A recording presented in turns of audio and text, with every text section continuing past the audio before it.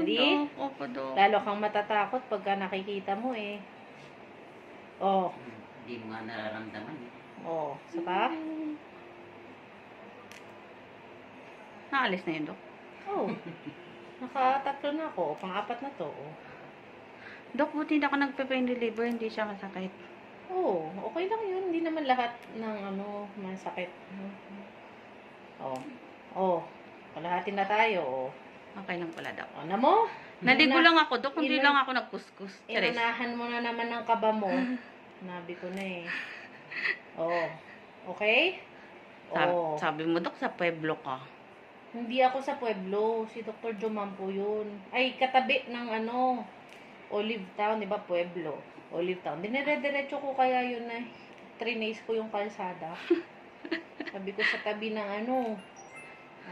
Barangay Hall ng Upper General Luna. Yun yung Diba? gumagawa ng boots doon. Para masakit na siya, Dok. Masakit na siya? Kung kailan wala na. Oh, Kapansin. talaga to si Madam. Oh, maligo kang uyi-uyi ng buhok mo. Una mo yan. Naligo ako, pero Sa conditioner niya. nakaiga lang kasi. Dok, Hindi okay ka lang ba, nagsusuklay ka ba? Hindi masyado. Hindi ka din nagsusuklay. Ba't hindi ka nagsusuklay? Magsuklay ka. Okay lang ba yung mukuyuko ako, Dok?